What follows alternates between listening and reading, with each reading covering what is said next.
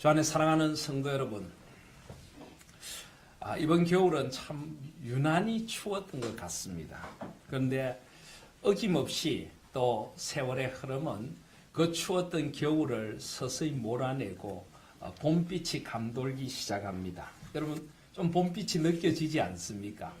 이상하게 아직도 추운데도 뭔가 공기 속에 봄이 오는 듯한 냄새가 나기도 하고, 뭔가 하늘에서 봄의 기운이 느껴지기도 하고, 참 세월은 어김없이 또 이렇게 새롭게 찾아오는구나 그러면서 이 세상을 움직이시는 하나님의 손길을 한 번 더 생각해 봅니다. 여름이 아무리 더워도 그 여름이 지나고 가을이 오고, 가을이 아무리 곱고 아름다워도 또 추운 겨울이 오더니 이제는 그 추운 겨울이 물러가고 봄 기운이 대시를 감싸는 것을 보면서 하나님께서 섭리해 가시는 손길이 참 아름답다. 하나님께서 사시와 연한을 정하시고 하나님께서 때를 따라 돕는 은혜를 주신다는 것이 이런 거구나. 여러분, 이 하나님의 신실하심, 이 하나님의 성실하심 얼마나 놀랍습니까? 우리는 밤에 잠들 때 내일 아침이 오지 않을 것이라고 염려하지 않습니다. 물론 우리가 개인적으로 건강이 안 좋거나 삶에 너무 힘든 일이 있어서 내 삶에 내일 아침이 올까 하는 생각은 안 하실 수도, 그런 고민을 하시는 분, 그런 아픈 분이 우리 가운데 있으실 수는 있지만은, 그러나 적어도 이 세상, 자연, 우주의 섭리 가운데 아침이 오지 않을 것이라고 생각하는 사람은 없습니다. 그렇죠? 혹시 그런 분 계십니까? 밤에 잠들 때 내일 아침이 안 오면 어떡하지? 내일 아침에 해가 안 뜨면 어떡하지? 그런 고민이 돼서 잠이 안 오시는 분이 있습니까? 치료를 받으시길 바랍니다. 정상이 아닙니다. 네. 우리는 그렇게 하나님의 신실하심을 우리가 느끼든 못 느끼든 의지하며 살아갑니다. 하나님께서는 온 세상에 그렇게 질서와 조화를 부여하시고 온 세상을 하나님의 섭리의 손길로 아름답게 움직이고 계십니다. 이런 것을 창조 세계의 어떤 질서와 조화 또는 리듬이라고 하죠. 리듬. 제가 지난 수요일에도 그런 리듬이란 말씀을 드렸는데, 저는 요즘 이 생의 리듬, 삶의 조화로운 리듬, 이 생각을 많이 합니다. 창세기를 강의하다가 보니까 그런지 창조 질서로 만들어주신 아름다운 생의 리듬. 가만히 생각하면 우리의 삶의 모든 자리에 아름다운 리듬이 있습니다. 리듬이란 무엇입니까? 리듬은 1차적으로 음악적인 용어로 보통 많이 쓰이죠. 그죠? 음악에서 일정한 어떤 음의 패턴이 반복되고 또 조금씩 변화를 이루면서 조화를 이루어서 일정한 어떤 음의 장단이나 강약이 반복되어 나타난 그런 흐름을 우린 리듬이라고 부릅니다. 그런데 음악에만 리듬이 있는 것이 아닙니다. 그림, 미술에도 리듬이 있죠. 가만히 그림을 보면은 그림도 어떤 선이라든지 색깔이라든지 형태가 규칙적으로 나타납니다. 이런 것을 그림의 리듬이라고 부릅니다. 세상의 모든 것이 이런 어떤 규칙적인 반복이나 강약의 리듬을 가지고 움직이도록 만들어 놓으셨습니다. 그래서 제가 전에 수요일에도 한번 말씀드렸는데 19세기에 최초의 전문 지휘자라고 할 수 있는 한스 폰 벨로프라고 하는 사람은 이렇게 이야기했습니다. 창세기 1장 1절을 음미를 하다가 태초에 하나님이 리듬을 창조하셨다. 태초에 하나님께서 온 세상에 아름다운 리듬을 창조하셨다. 그렇습니다. 그런 리듬이 있습니다. 하나님이 창조하신 것입니다. 창세기 1장 14절에 보시면 하나님이 이르시되 하늘의 궁창에 광명체들이 있어 낮과 밤을 나뉘게 하고 그것들로 징조와 계절과 날과 해를 이루게 하라. 하나님께서 사시와 연한을 정하시고 낮과 밤을 정하시고 이 세상 모든 것에 하나님께서 일정한 규칙, 일정한 질서, 리듬을 부여해 주신 것입니다. 그렇기 때문에 우리가 이 땅을 아름답고 소중하게 또 건강하게 살아가려면 하나님이 만들어 두신 이 창조의 리듬을 잘 따라갈 필요가 있다는 말씀을 수요예배 때도 드렸습니다. 이 세상에는 낮과 밤의 리듬이 있습니다. 낮은 무엇을 하는 시간입니까? 일하는 시간입니다. 밤은요, 안식의 시간입니다. 안식의 시간. 하나님께서는 세상을 창조하시는 첫날 빛을 창조하시고 낮과 밤을 나누셨습니다. 하나님께서 공간을 창조하시고 시간의 주인이 되셨던 것입니다. 그래서 우리가 하나님께 주신 이 낮과 밤의 리듬을 잘 지킬 필요가 있습니다. 낮에는 열심히 일하고 밤에는 안식해야 하는 것입니다. 그런데 현대인들은 이 밤에 잘 안식을 못하죠. 특별히 우리 젊은이들 보면은 밤에 자질 않습니다. 여러분, 인간은 밤에 자도록 지어진 존재입니다. 아시죠? 그죠? 우리 아이들이 밤 10시부터 새벽 2시 사이에 자야 키가 큽니다. 그때는 키가 크는 성장 세포가 나오게 되는 것입니다. 근데 아이들만이 아닙니다. 어른도 마찬가지입니다. 어른도 피부가 생성되고 피부가 새롭게 되고 온몸이 새롭게 되는 신진대사가 가장 활발할 때가 밤 10시부터 새벽 2시라고 합니다. 그래서 우리가 그런 선전도 있었죠. 미는 잠꾸러기. 자야 됩니다. 꼭 뭐 잠을 많이 자라는 것은 아니지만은 우리가 외적인 그런 어떤 눈에 보이는 미가 아니라 아름다운 진정한 충만한 미를 지니려면은 하나님이 정해주신 시간에 자야 되고 하나님 정해주신 시간에 일어나야 합니다. 물론 뭐 직업에 따라서 그렇게 할 수 없는 직업을 가진 안타까운 경우도 있겠지만은 우리가 우리의 욕심이나 우리의 어떤 불규칙한 생활 때문에 이런 리듬을 깨트리면은 우리의 몸이 망가지고 우리의 삶이 망가지게 되는 것입니다. 그래서 리듬을 따라 살아가야 된다 하는 그런 것을 우리가 알 수가 있습니다. 그런데 여러분 가만히 보시면은 이런 밤낮의 리듬만이 아니라 하나님께서는 우리의 삶에 적절한 리듬을 따라서 적절한 시간 계획을 해서 우리 삶이 규모 있고 질서 있게 되기를 원하십니다. 오늘 예수님의 삶에도 이런 일정한 리듬이 있고 예수님은 그 때에 맞게 해야 될 일이 무엇인가를 우리에게 가르쳐주고 계십니다. 오늘 12절 말씀을 보시면은 누가복음 6장 12절에 보시면 이때 예수께서 기도하시러 산으로 가사 밤이 새도록 하나님께 기도하셨다. 예수님의 밤은 어떤 밤이었습니까? 기도의 밤이었습니다. 물론 예수님이 여기 밤이 새도록 하나님께 기도하셨다는 것, 예수님께서 매일 밤을 새워 기도하신 것은 아니실 것입니다. 어떤 때는 예수님께서 정말 중요한 일을 앞두고 철야를 하시기도 하셨을 것입니다. 특별히 오늘 이 누가복음 6장 12절 이하의 상황을 보면은 예수님께서 12 제자를 택하시기 전에 하나님과 밤을 새워 기도하시며 이 일을 심사숙고하시고 하나님의 뜻을 구했다는 것을 알 수 있습니다. 그런데 예수님의 일반적인 밤은 기도와 하나님 안에서 누리는 안식의 밤입니다. 성찰의 밤이었던 것입니다. 그렇습니다. 우리 밤은 그냥 잠만 자라는 밤이 아닙니다.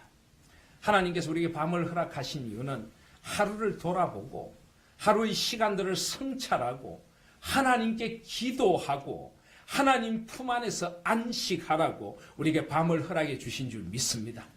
그래서 옛날에는 우리가 밤이 되면은 이 창가에 딱 서면 창에 누가 비칩니까? 자기 자신이 비치죠. 자기 자신. 창이 마치 거울처럼 자기 자신을 쫙 비춥니다. 밖이 깜깜해지니까. 사실 이런 성찰의 밤이 있어야 되는데 요즘은 창가에서도 자기가 안 보이죠. 뭐가 보입니까? 희황찬란한 네온사인이 보입니다. 잠들지 못하는 밤, 쾌락과 타락에 젖은 밤이 보이기도 한 것입니다. 그래서 현대인들이 자기를 성찰하는 여백이 없다 보니까 사람들이 점점 더 조급해지고 천박해지고 점점 더 세속화되는 것이 아닌가 이런 생각을 해봅니다. 밤은 성찰의 시간입니다. 밤은 기도의 시간입니다. 밤은 하나님 안에서 안식하는 시간입니다. 밤은 자신을 돌이켜보고 새로운 미래를 꿈꾸며 하나님 안에서 더 나은 내일을 약속하고 하나님 안에 안식하는 밤이 되어져야 될 줄 믿습니다. 그런 아름다운 밤을 보내실 수 있는 저와 여러분들이 되시기를 바랍니다. 그리고 예수님은 그런 안식의 밤, 하나님 안에서 충만한 밤을 보낸 후에 예수님의 아침은 무엇을 하는 시간이었습니까? 13절을 보시면은 밝음에 그 제자들을 부르사 그 중에서 12를 택하여 사도라 칭하셨다. 물론 여기 예수님은 이 특별한 한 날에는 제자들을 부르셔서 제자 공동체를 만드셨지만 아침은 사명의 시간입니다. 밤에 하나님 품 안에서 안식하면서 하나님 앞에 기도할 때 하나님 우리에게 새로운 원기를 불어넣어 주십니다. 새로운 생기를 불어넣어 주십니다. 밤에 하나님 앞에 기도할 때 하나님은 더 나은 내일을 우리에게 살아갈 수 있는 비전과 꿈을 주십니다. 그러면 이제 아침이 밝아올 때 그 하나님의 비전을 안고 하나님의 일을 위하여 우리는 나가야 하는 것입니다. 하나님의 소명을 위하여, 하나님의 나라를 위하여, 하나님께 주신 또 새로운 하루를 하나님의 영광을 위하여 나아가는 것, 그것이 바로 아침이 되어져야 하는 것입니다. 그래서 우리가 아침에도 기도하는 것이 참 중요합니다. 교회 나와서 새벽 기도를 하실 수 있으면 새벽 기도를 하시는 것도 참 좋고요. 교회 새벽 기도를 나오실 형편이 안 되거나 현대 사회의 흐름상 새벽 기도 생활하시는 게 쉽지 않으시다면 반드시 아침에 다시 한번 하나님 앞에 기도하실 수 있기를 바랍니다. 하루를 시작하며 하루의 가장 소중한 시간을 하나님 앞에 올려드리실 수 있기를 바랍니다. 새벽 미명에 하나님께 기도하면서 하나님께 주신 새로운 비전들을 안고 주님 앞으로 나아가는 것은 얼마나 소중한지 모릅니다. 그래서 예수님도 새벽 미명에도 기도하셨습니다. 마가복음 1장 35절에 보시면 새벽 아직도 밝기 전에 예수께서 일어나 나가 한적한 곳으로 가서 거기서 기도하시더래. 예수님의 아침도 기도로 시작하는 아침이셨음을 마가복음 1장 35절은 보여주고 있습니다. 한적한 곳. 왜 한적한 곳으로 가셨을까요? 조용한 곳. 오직 하나님과 나만 있는 곳. 그래서 우리가 새벽 기도를 우리 교회에서는 새벽 말씀 묵상이라고 하기도 하고 영어로 QT라고 하기도 하는데요. QT란 말은 말 그대로 quiet time. 조용한 시간, 조용한 시간. 하나님과 나만의 시간, quiet place. 조용한 장소로 가서 하나님과 나만 대면하여서 하나님의 눈으로 하루를 계획하고 하나님의 뜻으로 하루를 시작하는 그런 새벽이 반드시 있어져야 될 줄 믿습니다. 바쁘십니까? 더 기도하십시오. 종교개혁자인 마르틴 루터는 그렇게 이야기했습니다. 나는 너무나 바쁘다. 그래서 전에는 2시간 기도했는데 이제 할 일이 너무 많고 너무 바쁘기 때문에 안 되겠다. 오늘부터는 3시간을 기도해야겠다. 여러분, 이것은 얼마나 아름다운 역설입니까? 우린 바쁘기 때문에 기도하지 못한다라고 합니다. 바쁘기 때문에 새벽 제단을 쌓을 수 없다라고 합니다. 그러나 바쁘십니까? 바쁘면 더 기도해야 될 줄 믿습니다. 우리는 어차피 이 세상을 살면서 모든 것을 다 할 수는 없습니다. 이 세상의 지식과 정보 홍수의 시대에 너무나 많은 일들이 우리를 몰아세웁니다. 여러분, 바쁨의 노예가 되지 마시기를 바랍니다. 급한 일부터 먼저 하시지 말고 중요한 일부터 먼저 하시기를 바랍니다. 정말 중요한 일, 정말 내가 꼭 해야 할 일, 내 생에 하나님께서 주신 사명과 소명의 일, 나의 영혼을 진정으로 부유하게 하고 세상을 하나님의 나라로 새롭게 하는 일, 이웃을 살리는 일, 우리에게 정말 중요한 일들이 있습니다. 그 우선순위를 분명히 하려면 기도해야 합니다. 주님, 오늘 내가 무엇을 해야 됩니까? 오늘 하루 내 삶이 어떠하기를 원하십니까? 나의 하루가 주님의 뜻 안에 있게 하여 주시옵소서. 새벽에도 기도하여 하셔야 될 줄 믿습니다. 예수님은 그렇게 밝음에 이제 제자들을 부르시고 다시 누가복음 6장으로 가시면 그 중에서 12를 택하여 사도라 칭하셨다. 예수님은 제자들을 불러서 공동체를 형성하셨다. 공동체를. 그래서 이 사도들의 면면을 보시면은 이들은 다양한 사람들입니다. 14절에 보시면 곧 베드로라고도 이름을 주신 시몬과 그의 동생 안드레, 야고보와 요한과 빌립과 바돌로메와 마테와 도마와 알페오의 아들 야고보와 셀롯이라는 시몬과 야고보의 아들 유다와 예수를 파는 자들 가룟 유다라.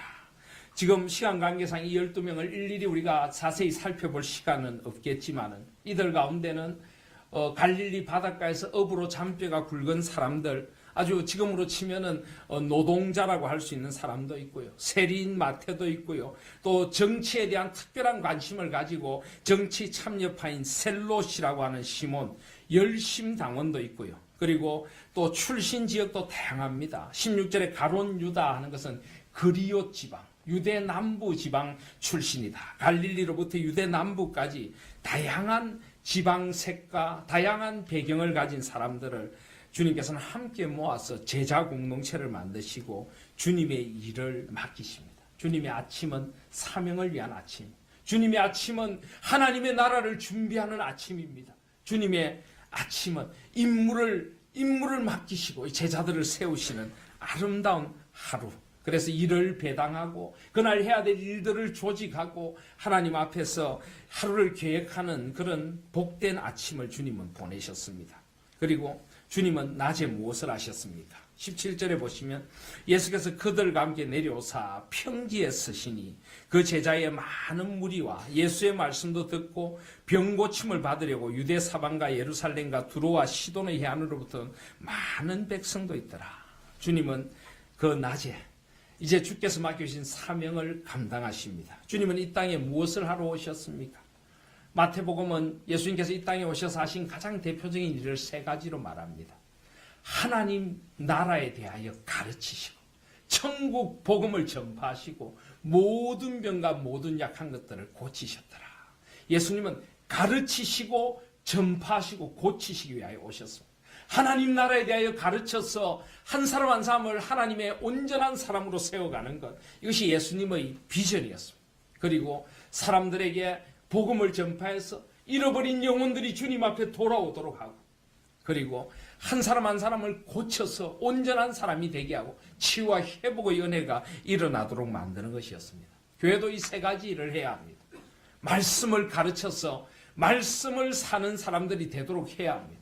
복음을 전해서 구원받지 못한 영혼들이 돌아오도록 해야 됩니다. 사람들을 고치고 치유하는 일을 해야 됩니다. 물론 우리가 의사처럼 신유의 이적을 베푸는 것은 아니지만 영혼의 병을 치유하고 우리의 이기적인 마음들, 우리의 비뚤어진 마음들을 치유하고 회복하고 비뚤어진 가치관이 바르게 되고 세상을 사는 목적과 사명이 나음을 입고 고침을 받고 바르게 우리가 하나님 안에서 온전한 사람으로 고침을 받도록 만드는 것, 이것이 교회가 해야 할 일입니다. 예수님 바로 그 일을 하신 것입니다. 예수님께서 맡겨주신 사명이고 예수님께서 이 땅에 오신 이유입니다. 그 중요한 일, 하나님이 맡겨주신 일, 그 우선순위를 위하여 예수님은 제대로 잡수실 겨를도 없이 주무실 겨를도 없이 주님의 사명으로서의 일을 하셨던 것입니다. 그래서 평지에 서시니 제자의 많은 무리와 예수의 말씀도 듣고 병고침을 받으려고 온 많은 사람들, 더러운 귀신에 고난받는 자들을 고치시고 가르치시고, 그래서 19절에 보면 온 무리가 예수를 만지려고 힘쓰니 이는 능력이 예수께로부터 나와서 모든 사람을 낫게 하름이라라. 사람들을 고치시고 예수님께서 이 땅에 보내주신 사명을 다 하셨던 것입니다. 사랑하는 여러분, 여러분의 낮은 어떻습니까? 얼마나 우리가 주께서 맡겨주신 사명과 소명을 따라 살아가고 계십니까? 물론 현대 사회의 구조상 참 먹고 살기도 힘들고 우리가 누구나 내가 원하는 일을 할 수 있는 것도 아니고 어쩔 수 없이 우리 삶에 매여서 많은 시간들을 먹고 사는 일에 쓸 수밖에 없는 우리 형편이란 것을 우리 주님도 아시고 또 우리 현대가 그러합니다. 그렇지만 우리의 중심만은 분명해야 합니다. 우린 결코 이 땅에 먹고 사는 문제, 의식주를 해결하기 위하여 이 땅을 사는 것만은 아닙니다. 사람이 떡으로만 사는 것이 아니요 하나님의 입으로 나오는 모든 말씀으로 살 것이니라. 예수님께서 마귀에게 광야에서 시험을 당하실 때 하신 말씀입니다. 자꾸만 마귀는 떡으로만 산다. 떡으로 살아야 된다. 그렇게 이야기를 합니다. 이 돌들을 떡덩이가 되게 하라. 먹고 살아야지 않느냐. 조금이라도 더 편하게 살아야지. 조금이라도 더 벌어야지. 조금이라도 더 부유하게 살아야지. 우리의 마음과 정신을 온통 떡의 문제만 갖다 놓습니다. 이 경쟁사회, 이 세속사회 속에서 끊임없이 소비를 촉진하고, 그래서 전에도 말씀드렸지만 우리는 인간이 아니라 우리는 뭡니까? 우리 이름은 바뀌어버렸습니다. 우리 이름은 소비자입니다. 소비자. 그래서 우리를 소비를 시키는 세상, 온갖 더 좋은 것이 있다고 유혹하는 세상 속에서 하나라도 더 벌어야지. 그래야 자식도 더 잘 키울 수 있을 것 같고, 그래야 더 노후도 안정적일 것 같고. 물론 이 땅의 문제가 중요한 것은 사실입니다. 우리 주님도 기도할 때 일용할 양식을 주옵시고라고 기도하라고 가르쳐 주셨습니다. 일용할 양식의 문제, 떡의 문제는 분명히 중요한 것입니다. 그래서 우리 주님도 떡이 필요 없다고 하지 않으셨습니다. 그러나 사람이 떡으로만 살 것은 아니다. 떡으로만 사는 것이 아니라 하나님의 입으로 나오는 모든 말씀으로 살 것이라. 그래서 우리의 삶이 아무리 바쁘고 힘들어도 우리의 중심을 잃어버리면 안 됩니다. 무엇을 위하여 사는가? 주님 맡겨주신 사명을 위하여 살아가야 합니다. 주님께서 맡겨주신 하나님 나라를 이 땅에 이루기 위하여 의와 평강과 희락의 나라에 임하옵시고 뜻이 하늘에서 이룬 것처럼 땅에서도 이루어지이다. 하나님의 이름이 거룩히 여김을 받도록 내가 살게 하여 주시옵소서. 무슨 일을 하든지 바르게 믿음의 사람답게 정직하게 이웃들을 섬기며 배려하며 하나님이 원하시는 세상을 만들어가는 이 사명을 살아가시는 저와 여러분들이 되시기를 바랍니다. 그래서 우리 주님처럼 이런 아름다운 삶의 리듬이 우리에게 있기를 소원합니다. 아침으로 시작하면 이 유대인들은 원래 시간 개념이 밤으로부터 시작, 밤으로. 해가 지면 하루가 끝나고 새롭게 시작합니다. 그리고 다음 날 해가 지면은 하루가 끝이 납니다. 제가 이스라엘에 잠깐 공부하며 있을 때 보니까 그래서 우리는 뭐 새로운 날이 밤 12시를 기점으로 시작한다 하지만 주로 아침부터 시작을 하는데 거기는 매일 하루가 시작하는 날이 다르더라고요. 오늘은 저녁 5시 47분에 새로운 날이 시작합니다.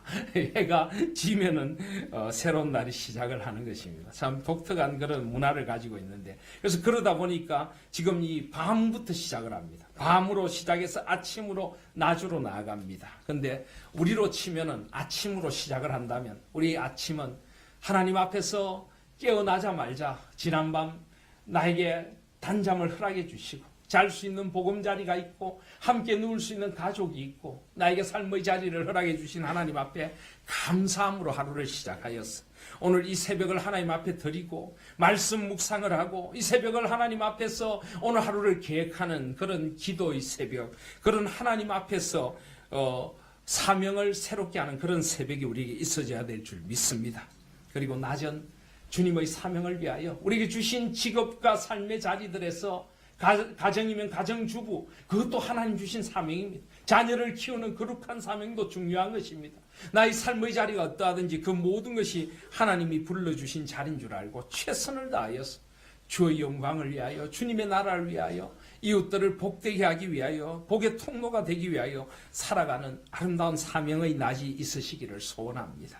그리고 우리 밤은 성찰의 밤이 되어줘야 돌아봄, 가족들과 함께 서로를 축복하고 함께 손잡고 기도하고 함께 예배하고 함께 안식을 누리면서 함께 하루를 성찰해보고 하나님 안에서 나의 하루를 반성적으로 돌아보면서 내가 오늘도 부족하고 연약했던 부분이 있다면 회개하고 하나님 앞에 용서를 구하고 내일은 더 복된 하루가 되어지기를 주님 앞에 구하며 찬양하는 가운데 안식의 밤을 맞을 때 우리 하루가 하나님이 만드신 이 아름다운 창조의 리듬, 예수 그리스도께서 보여주신 그런 리듬을 따라 살아가게 될 것이라고 믿습니다. 그리고 그런 하루의 리듬뿐만 아니라 우리에게는 일주일이라는 리듬도 있습니다.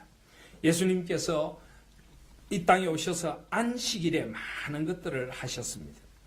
오늘 이 6장 5절에도 보시면 안식일에 손 마른 사람들을 고치시고 예수님은 안식일을 얼마나 소중하게 생각하셨는지 모릅니다. 그래서 일주일이라는 삶의 리듬도 우리에게는 굉장히 소중합니다. 매 주일마다 한 주의 첫날을 시작하면서 하나님 앞에 온전히 안식하고 한 주의 첫 시간을 하나님 앞에 예배로 올려드리고 온전히 교회에서 나의 6일 동안의 삶을 돌아보며 하나님 앞에 회개하고 새롭게 되고 이 일주일을 하나님 앞에서 새로운 힘을 얻어서 예배의 충만한 간격을 안고 한 주를 살아나가는 것 너무나 중요합니다. 그래서 이 일주일이라는 리듬도 우리에게 너무나 중요하고 이 리듬의 시작이 주일 예배임을 잊지 마시길 바랍니다. 요즘 우리 교회 주일 예배를 좀 소홀히 하는 것 아닌가 이런 생각도 좀 듭니다.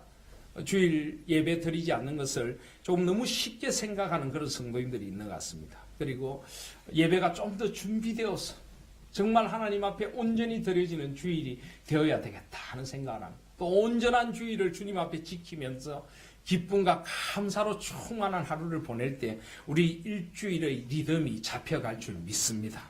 그리고 또 한 달이라는 리듬도 있습니다. 저는 이 우리 교회 항상 매월 첫 번째 토요일을 3대가 함께 모여서 함께 되는 특별 새벽 기도회로 모입니다. 좀 더 좋기는 우리가 좀 덜 바쁘다면 저는 매월 마지막 날이나 첫날은 꼭 함께 모여서 기도하는 날이었으면 좋겠다는 생각을 합니다. 한 달을 마무리하면서 이 한 달 하나님 주신 은혜를 헤아려 보고 새로운 한 달을 계획하고 그 한 달을 잘 이루어낸지 돌아보고 하나님께서 주신 12달의 이 흐름 속에서 한 달 한 달을 아름답게 매듭 짓고 하나님 안에 새롭게 시작하는 것도 참 중요합니다. 그리고 봄, 여름, 가을, 겨울 또 우리 교회로 치면 절기란 것이 있습니다. 대림절로 시작해서 성탄절, 성탄절을 지나서 주현절, 주현절을 지나서 사순절, 사순절을 지나서 고난주간, 종려주일, 고난주간, 부활절, 성천기념주일, 성령강림주일, 삼일체주일 이런 식으로 교회에 큰 절기란 것이 있습니다. 봄, 여름, 가을, 겨울의 절기란 것도 있습니다. 1년이라는 송구영신 예배로부터 시작을 해서 신년감사 예배로부터 다시 송구영신 예배로 이어지는 그런 흐름들이 있습니다. 이런 흐름들을 하나님 안에서 소중하게 그 순간순간 매듭을 짓고 새롭게 되며 살아가는 것, 이 모든 것이 너무나 소중하고 또 교회가 이런 절기의 흐름, 이런 매듭을 잘 지어주는 것이 교회의 저는 사명이라고 생각합니다. 그래서 저는 절기라든지 이런 시간들을 아주 많이 강조를 합니다. 그런데 오늘 이제 교구연합 헌신 예배를 드리며 또 하나 제가 강조하고 싶은 게 바로 그겁니다. 우리가 교구 구역 모임.